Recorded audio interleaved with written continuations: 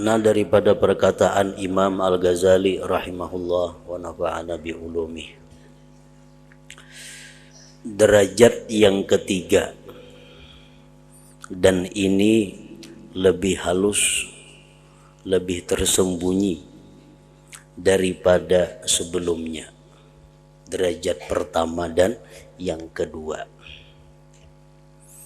Sebagaimana kita mengetahui, syaitan selalu berusaha ingin merusak ibadah kita dengan jalan riya.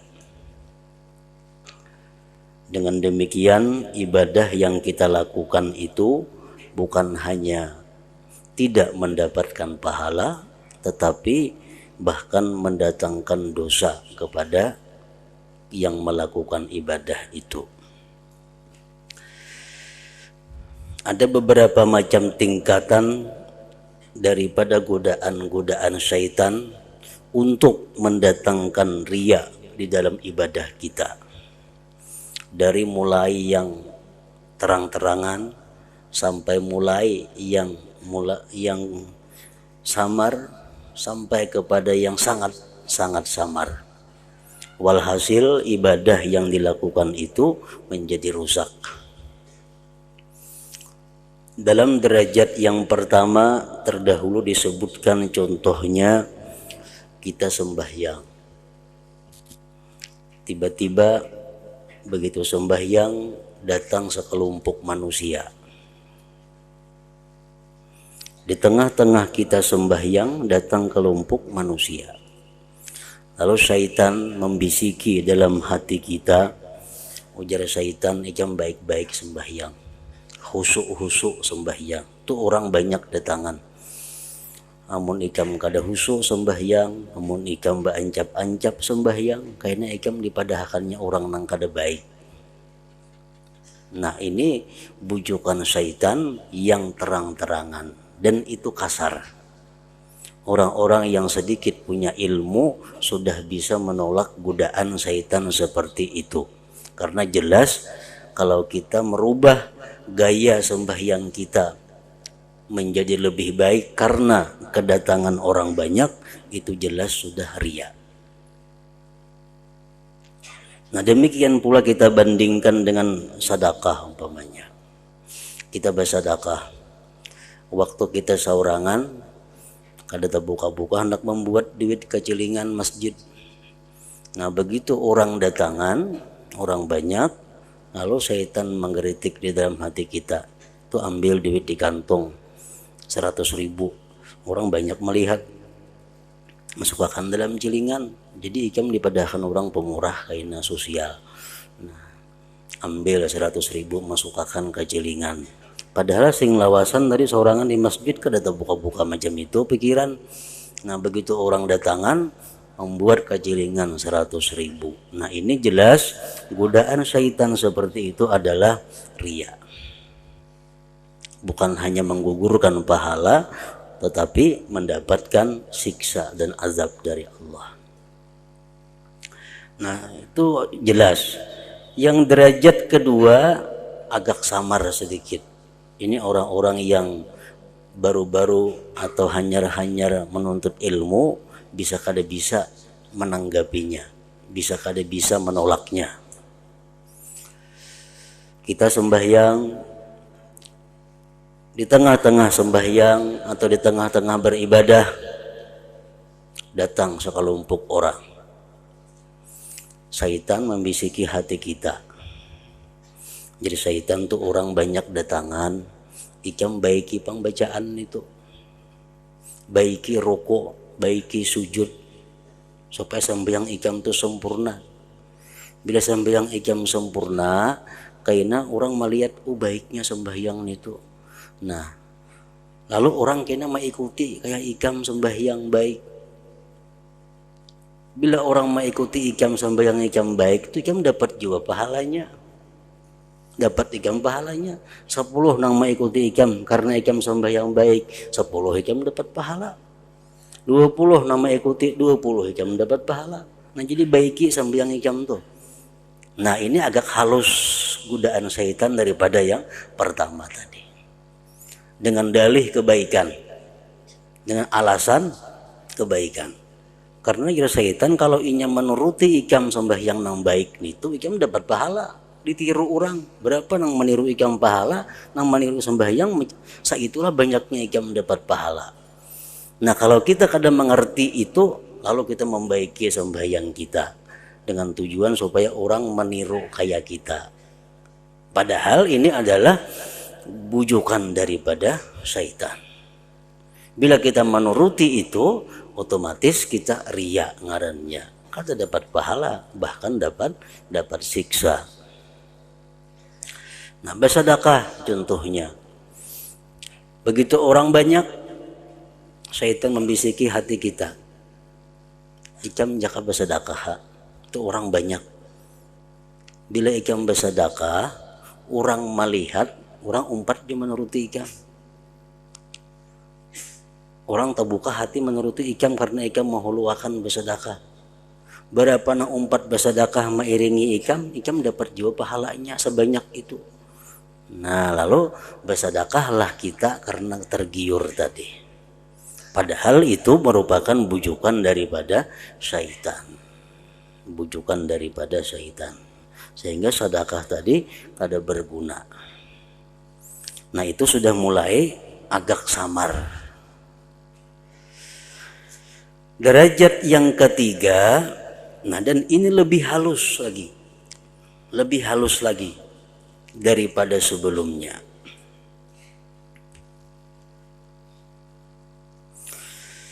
Bahwa seorang hamba mencoba dirinya pada yang demikian, melatih dirinya daripada yang demikian. Dan berhati-hati terhadap tipu daya syaitan. Dan ia si hamba tadi mengetahui bahwa berbidaknya mengerjakan sembahyang, gayanya, kelakuan sembahyang berbeda di antara tempat yang sunyi dan disaksikan oleh orang lain adalah semata-mata riya. Ini sudah tahu. Si hamba ini tahu bila di tengah orang banyak sembahyang bebaik, bila seorangan sembahyang beancap-ancap, tahu bae pada itu riya. Bila kada ada orang kada bersedekah, sudah ada orang lalu bersedekah, tahu bae itu pada riya, sudah tahu. Dan itunya kada hakon manggawi, inya kada hakon manggawi, tahu pada riya. Dan ia mengetahui bahwa ikhlas dalam salatnya di tempat yang sunyi itu seperti salatnya di hadapan orang yang banyak. Di hadapan orang banyak. Ini tahu bahwa kalau ikhlas itu sama baik orang banyak atau orang sunyi. Ini tahu baik itu. Nengaran ikhlas itu orang banyak kah, orang kadada kah, tetap sama gaya sembahyangnya, gerakan sembahyangnya, bacaan sembahyangnya. Tahu inya kah itu. Dan ia merasa malu dari dirinya dan dari Tuhannya bahwa ia membuat khusyuk karena disaksikan oleh para makhluknya dengan kekhusyuannya yang melebihi kebiasaannya. Ini sopan lawan dirinya, ini sopan lawan Tuhan. Kalau sembahyang di tengah orang banyak berbaik-baik, sembahyang sorangan beancap-ancap, ini sopan itu lawan Tuhan. Ini tahu pada riya.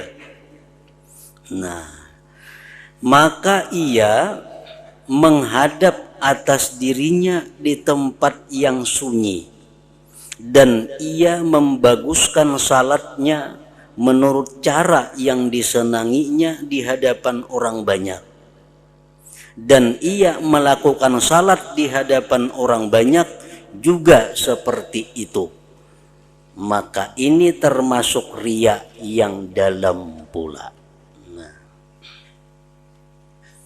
Inya tahu kalau aku sembahyang saurangan bebarang haja beancap-ancap, sembahyang di tengah orang bebaik-baik, tahu aku pada itu riya. Tahu itu kada boleh. Lalu inya melatih dirinya, mencoba dirinya di tempat nang sunyi sembahyang tuh beapik juga. Supaya kita di tengah orang banyak kada ada perubahan lagi. Nah, jadi di tempat nang sunginya berlatih sembahyang tuh nang perlahan, nang bagus. Kayaknya bila di tengah orang banyak kada tak ubah lagi sembahyangnya. Nah, dikira itu baik, padahal itu adalah merupakan riya yang halus. Riya yang sangat tersembunyi. Kenapa maka riya itu sebabnya? Nah, kenapa maka riya? Ini godaan syaitan. Ikan menjadi syaitan supaya jangan ada perbedaan lagi sembahyang di tengah orang banyak dan seorangan. Dilatih waktu seorangan itu sembahyang baik-baik. Jadi kamu ada orang banyak, kamu kada berubah lagi sembahyang itu. Lalu ini di tempat seorangan sembahyang beapik. Nah, tapi pikirannya apa? Pikirannya kayaknya ampun ada orang banyak, ini kada tak ubah lagi tujuannya, gerakan-gerakannya. Nah, di situ nama ulah riyanya ada sedikit dan tersembunyi. Alasannya karena ia membaguskan salatnya di tempat yang sunyi agar salatnya bagus di hadapan orang banyak. Itu alasannya. Maka ia tidak membedakan di antara keduanya. Maka perhatiannya di tempat yang sunyi dan orang yang banyak adalah kepada makhluk, bukan kepada Allah Subhanahu wa ta'ala. Jadi sembahyang nang bagus-bagus di tempat nang sunyi ini tujuannya apa? Tujuannya supaya kita di tengah orang banyaknya kada merubah lagi. Karena anggapannya kalau berubah riya. Kalau sudah sama kada riya lagi. Padahal tujuannya sebenarnya di tempat nang sunyi, baik di tempat orang banyak, tujuannya adalah makhluk sebenarnya, bukan karena Allah Subhanahu wa ta'ala.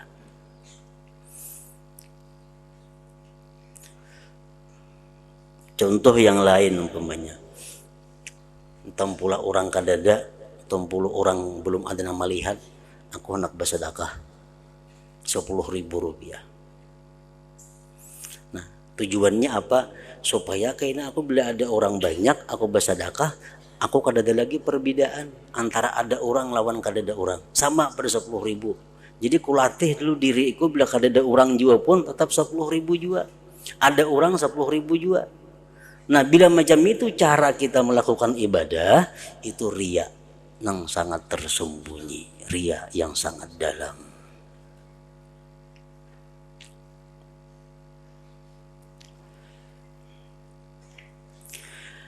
Bahkan ikhlas adalah bahwa penyaksian binatang dan penyaksian makhluk terhadap salatnya itu adalah atas satu cara. Itu ngaran ikhlas. Nang dihadapinya ini hayam kah, manusia kah, kuda kah, batu kah, sama sembahyangnya. Nah, itu ngaran ikhlas. Maka seolah-olah diri orang ini tidak membolehkan menjelekkan salat di hadapan manusia. Kemudian ia malu dari dirinya bahwa ia dalam rupa orang-orang yang riya, dan ia menyangka bahwa demikian itu hilang dengan bahwa salatnya sama di tempat yang sunyi dan di hadapan orang banyak. Itu sangkaannya, alangkah jauh demikian. Nah, itu bisikan syaitan. Kalau kita sembahyang sorangan, beanjab, sembahyang di tengah orang banyak, bagus, jelas sudah riya. Tahu sudah kita itu, karena ada perhatian kepada makhluk ngarannya. Lalu syaitan membisiki kepada kita, ujar syaitan, Pak ikam dilatih sembahyang sorangan tuh nang perlahan juga. Jadi ikam tuh ada lagi perbedaan antar di hadapan makhluk kah, di hadapan kadada makhluk kah. Karena ikam sudah berlatih. Nah, jadi latihan tuh gunanya apa? Untuk menghadapi makhluk kayaknya supaya ada perbedaan lagi, bukan karena Allah. Nah, itu yang dikatakan riya yang sangat tersembunyi itu.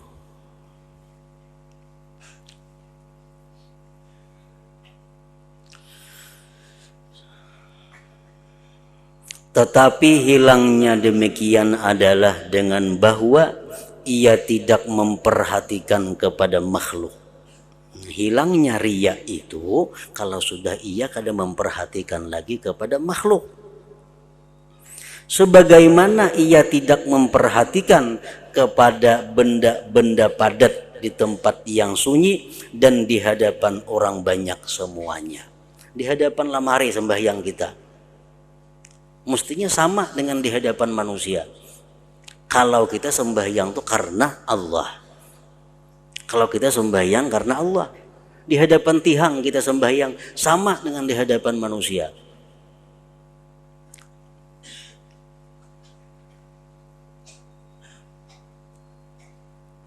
Dan ini termasuk orang yang disibukkan cita-citanya dengan makhluk di tempat yang ramai dan di tempat yang sunyi semuanya, dan ini termasuk tipu daya syaitan yang tersembunyi.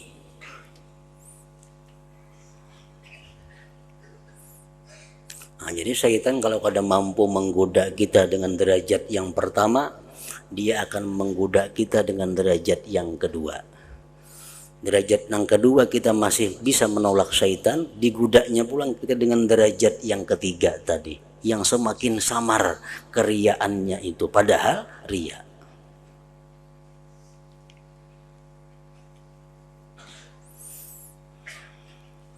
Kadang-kadang kita lapah sembahyang surangan banjap-anjap, sembahyang di tengah orang banyak tapasa baapik, baapik sembahyang tengah orang banyak, karena kita kada biasa lalu lapah.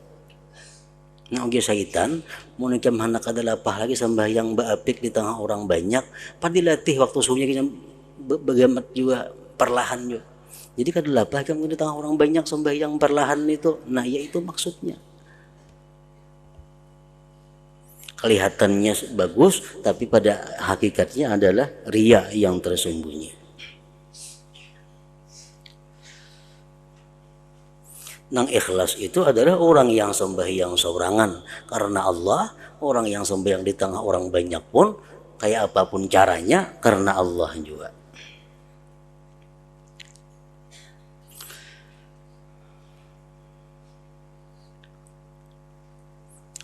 Baca Yasin bila seorangan banjak di tengah orang banyak perlahan karena didengarkan orang. Kalau nya seorangan baca Yasin, seorang aja mendengar. Banjap-anjap kalau di tengah orang banyak diperhatikan orang, lalu perlahan. Nah, lalu syaitan membisiki, menjadi syaitan supaya ikam jangan ria. Waktu seorangan tuh dilatih dahulu perlahan.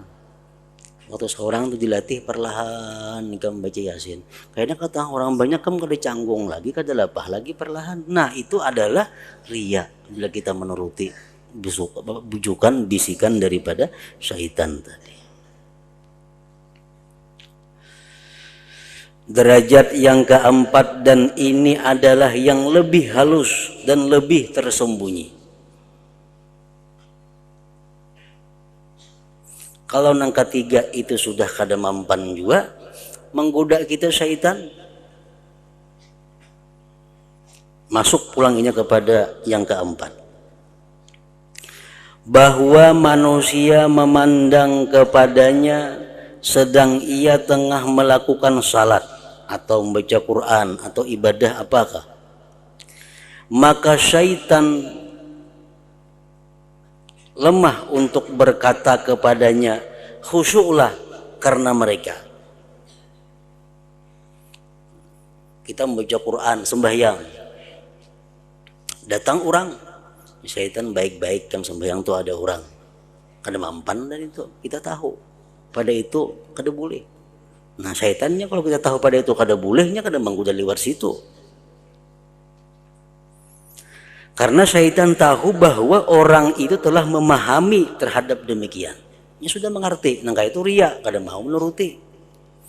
Lalu syaitan berkata kepadanya, ujar syaitan, tafakkurkanlah tentang kebesaran Allah Ta'ala dan keagungannya, dan tentang Tuhan yang kamu berada di hadapannya, dan malulah dari bahwa Allah melihat kepada hatimu sedang ia lalai daripadanya.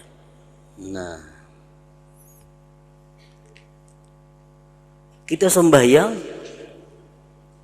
di tengah-tengah sembahyang atau kita sembahyang di tengah orang banyak, syaitan membisiki kepada hati kita. Enggak, syaitan, ikam tuh berdiri di hadapan Allah Tuhan yang Maha Agung. Ikam berdiri di hadapan Allah yang bisa mematikan engkau saat ini juga.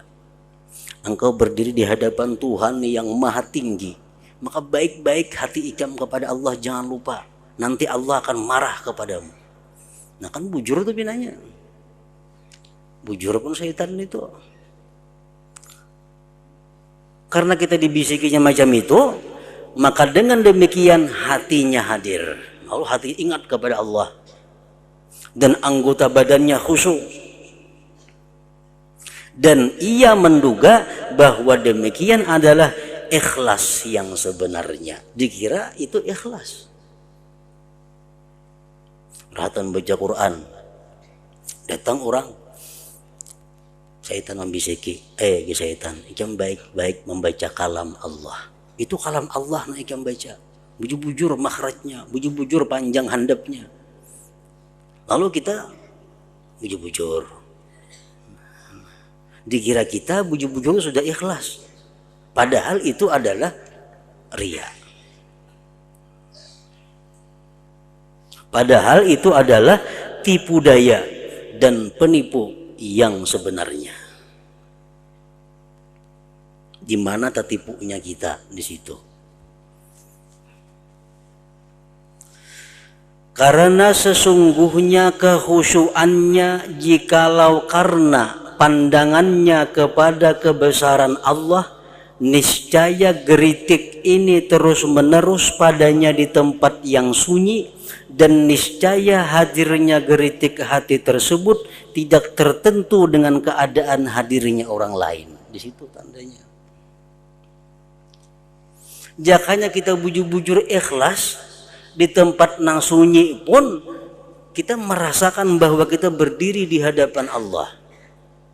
Kita berdiri di hadapan yang Maha Agung, yang Maha segala-galanya. Jakanya kita ikhlas di tempat sunyi pun hadir hati kita ke hadapan Allah.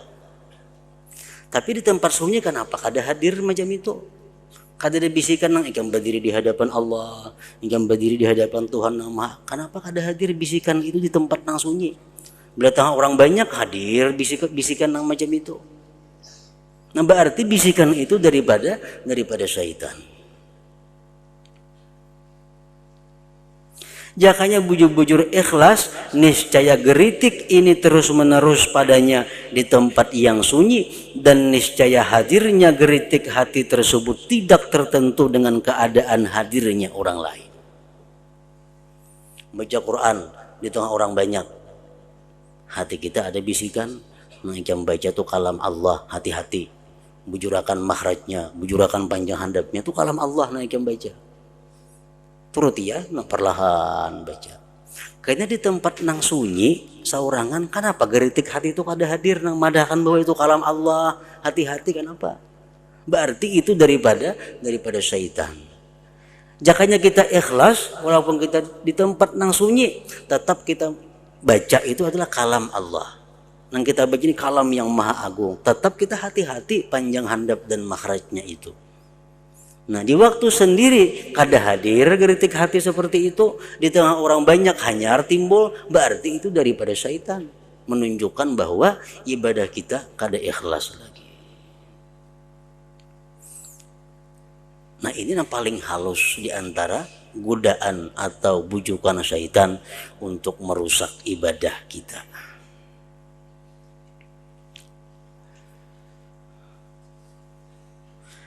Tanda aman dari penyakit ini adalah bahwa geritik hati ini termasuk yang menjinakkan hatinya di tempat yang sunyi, sebagaimana itu menjinakkan hatinya di hadapan orang banyak. dan hadirnya orang lain tidak menjadi sebab hadirnya geritik hati, sebagaimana hadirnya binatang tidak menjadi sebab. Kita membaca Quran, bisa bancap-ancap, datang kucing merubah lagi kita. Ada lo, kucing mana datang ini? Tandanya kita aman, tandanya kita selamat daripada godaan syaitan. Di tengah kita sembahyang saurangan, tetap hadir geritik hati. Hei, ikam menghadap Allah, ikam menghadap yang maha agung, bujur-bujur sembahyang. Di tengah orang banyak hadir juga geritik hati seperti itu. Itu tandanya kita aman daripada penyakit ria, tandanya aman daripada bujukan syaitan. Nah, kalau di waktu sorangan kada hadir pepadah-pepadah geritik macam itu, di tengah orang banyak hanyar timbul geritik hati macam itu, tandanya kita ada penyakit, ada syaitan yang merusak ibadah kita.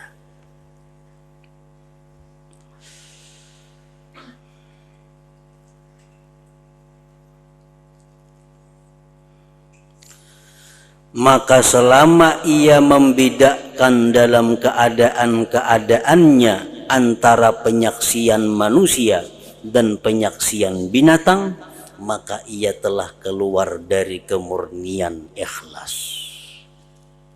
Selama kita masih membedakan antara pandangan binatang dan pandangan manusia kepada kita dalam melakukan ibadah, berarti kita masih keluar dari kemurnian ikhlas. Belum ikhlas sepenuhnya, artinya menguturi batinnya dengan syirik yang tersembunyi dari riya.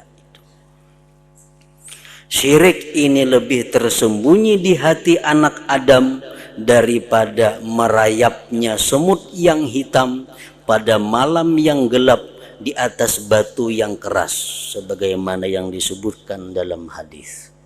Samut halus, samut tuh halus, samutnya hirang pulang. Di malam nang sangat kadap, merayap di batu nang hirang. Batunya hirang, samutnya hirang, malamnya kadap. Karena kelihatan itu samar benar, tersembunyi benar. Nah, tersembunyi lagi bujukan syaitan lebih daripada itu. Banyak ibadah-ibadah nang kita anggap bahwa itu adalah merupakan modal pahala di sisi Allah, tapi akan kita dapati di hadapan Allah karena kada ada pahalanya. Kenapa? Karena kita kadang menyadari bahwa ibadah-ibadah yang kita lakukan itu dirusak oleh bujukan-bujukan syaitan tadi.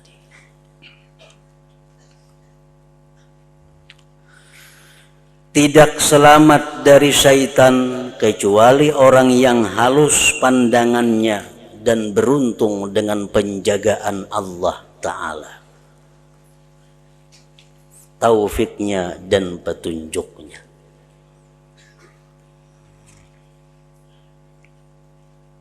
Kada bisa selamat daripada godaan syaitan. Nang kita digudanya dengan 4 kali godaan itu, sekali kada lulus, godaan nang kedua, nang ketiga, nang keempat. Nah, itu kada akan bisa lulus kita kecuali kita punya pandangan yang sangat tajam dan penjagaan dari Allah, taufik dan hidayahnya. Kalau tidak, maka syaitan itu tidak meninggalkan orang-orang yang rajin ibadah kepada Allah Ta'ala. Ia syaitan tidak lalai dari mereka sekejap pun, sehingga membawa mereka kepada riya pada setiap gerakan dari gerakan-gerakan.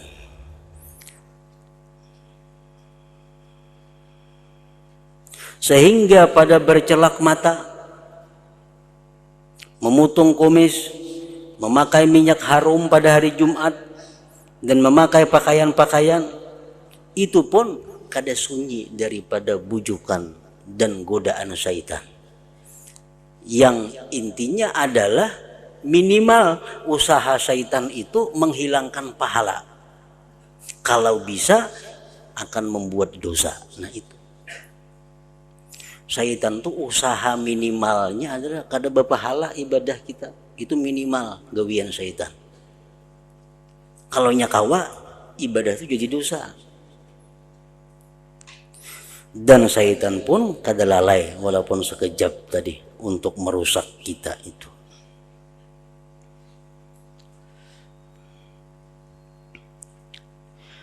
Sesungguhnya ini adalah perbuatan-perbuatan sunat pada waktu-waktu tertentu. Nah, minyak harum sunat hendak sembahyang Jumat. Sunat minyak harum. Tapi karena dibujuk oleh syaitan, dirusak oleh syaitan, jadi kada sunat lagi. Pahalanya kada ada, bahkan bisa jadi dosa.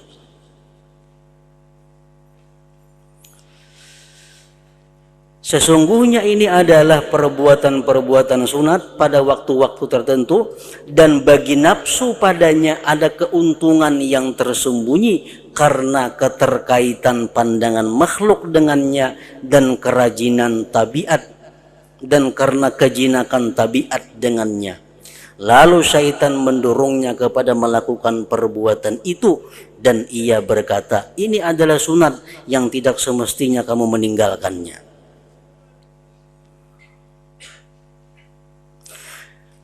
Berminyak harum hari Jumat itu adalah sunat sebenarnya, dan itu sesuai lawan kehendak kita.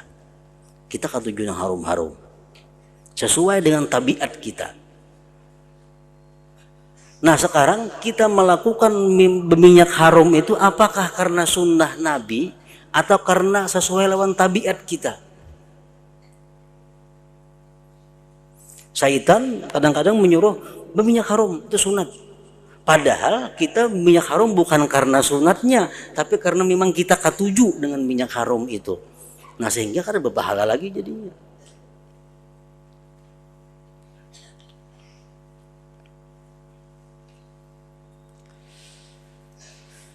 Dan adalah dorongan hati secara batin baginya karena nafsu syahwatnya yang tersembunyi, atau bercampur dengannya dengan campuran yang mengeluarkannya dari batas ikhlas disebabkannya.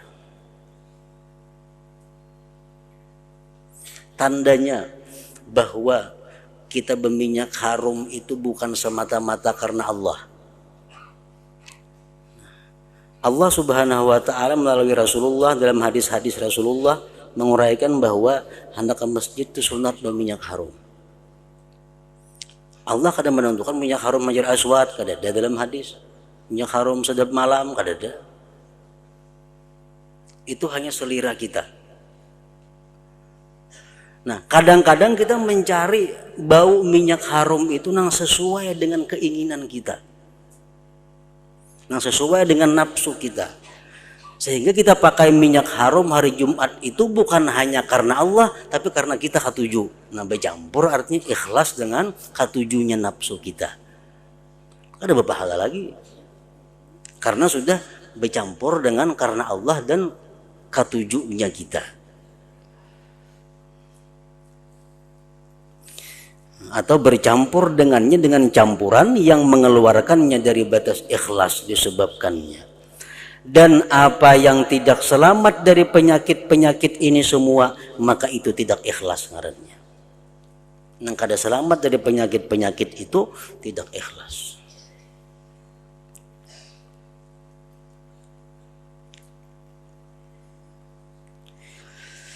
Bahkan orang yang beriktikaf di masjid yang ramai dan bersih lagi bagus bangunannya, di mana tabiat suka kepadanya, lalu syaitan menggemarkannya padanya dan membaikkan kepadanya, membanyakkan keutamaan-keutamaan i'tikaf. Ada masjid bagus, mewah, basi masjidnya. Di rumah kada basi, masjid basi.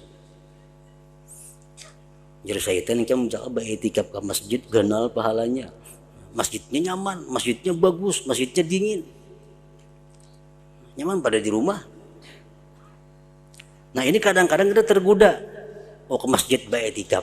Padahal i'tikaf di masjid itu bukan karena Allah. Jadi mencari kenyamanan-kenyamanan yang kada didapat di luar masjid. Nah, kita kira itu ibadah. Padahal kada jadi ibadah. Bahkan orang yang beriktikaf di masjid yang ramai dan bersih lagi bagus bangunannya, di mana tabiat suka kepadanya, lalu syaitan menggemarkannya padanya dan membanyakkan kepadanya keutamaan-keutamaan i'tikaf. Dan kadang-kadang penggerak yang tersembunyi di dalam hatinya adalah kejinakan hati, kesenangan hati, kenyamanan hati dengan bagus bentuk masjid dan kesenangan tabiat kepadanya.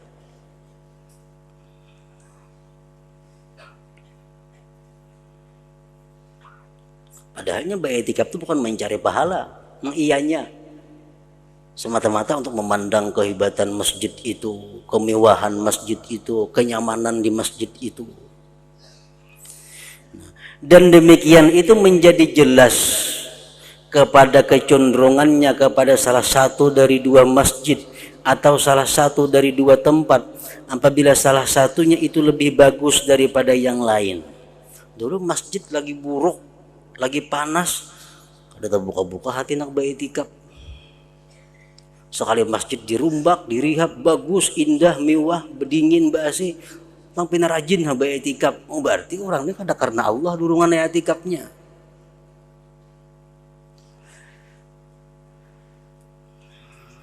Dan demikian itu menjadi jelas kepada kecenderungan kepada salah satu dari dua masjid, umpamanya dua masjid.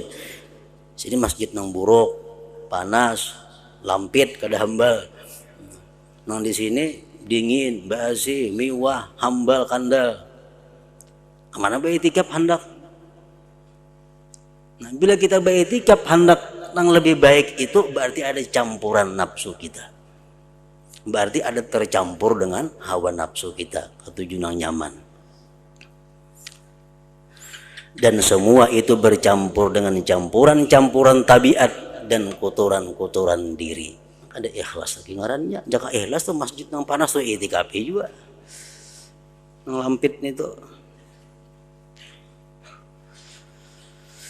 Demi umurku, perusak hakikat ikhlas adalah kotoran yang bercampur dengan kemurnian emas yang mempunyai derajat-derajat yang berlainan.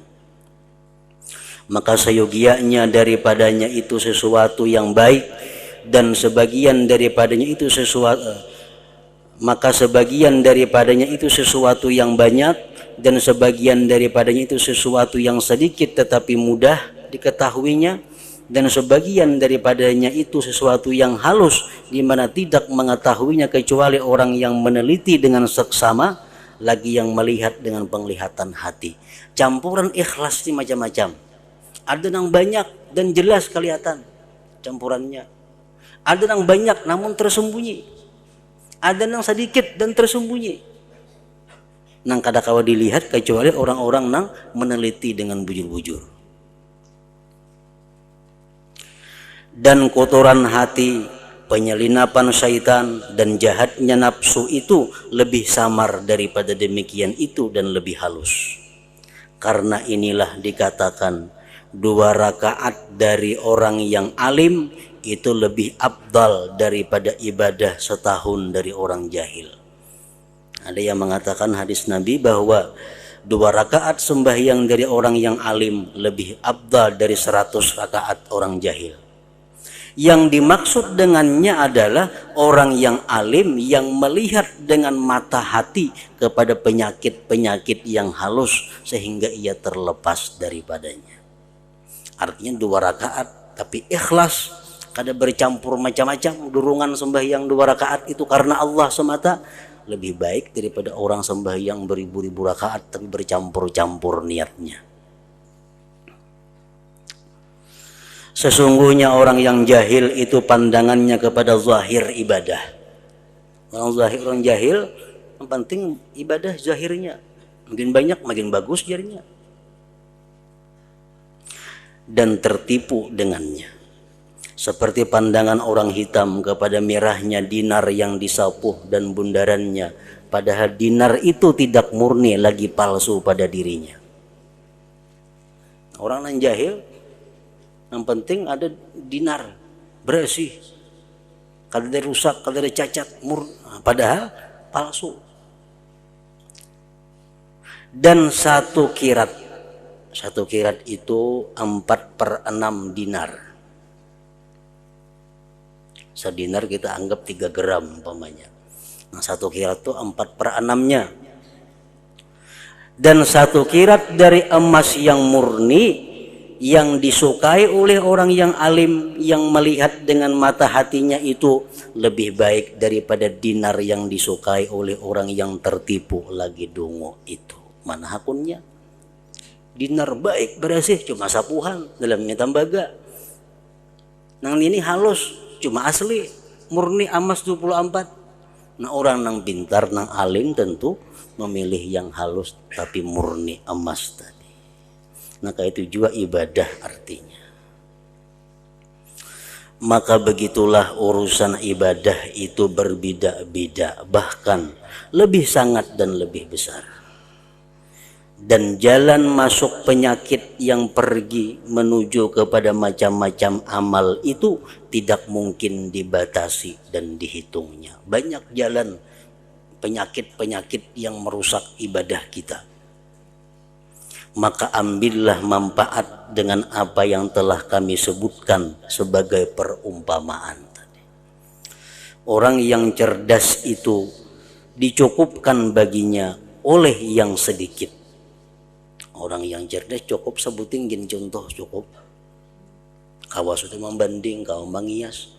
Tadi Sidin mencontohkan sembahyang. Datang orang banyak. Nah, kias kalian pada sembahyang. Puasa, sedekah, baca Quran, zikir, kan dikias-kias saya lagi. Orang yang cerdas itu dicukupkan baginya oleh yang sedikit. Dan orang yang bodoh tidak cukup baginya penjelasan yang panjang juga. Namun orang yang bodoh 1000 contoh atau pada ngartinya. Nah, maka tidak ada faidah, tidak ada guna dalam penjelasan yang panjang lebar itu.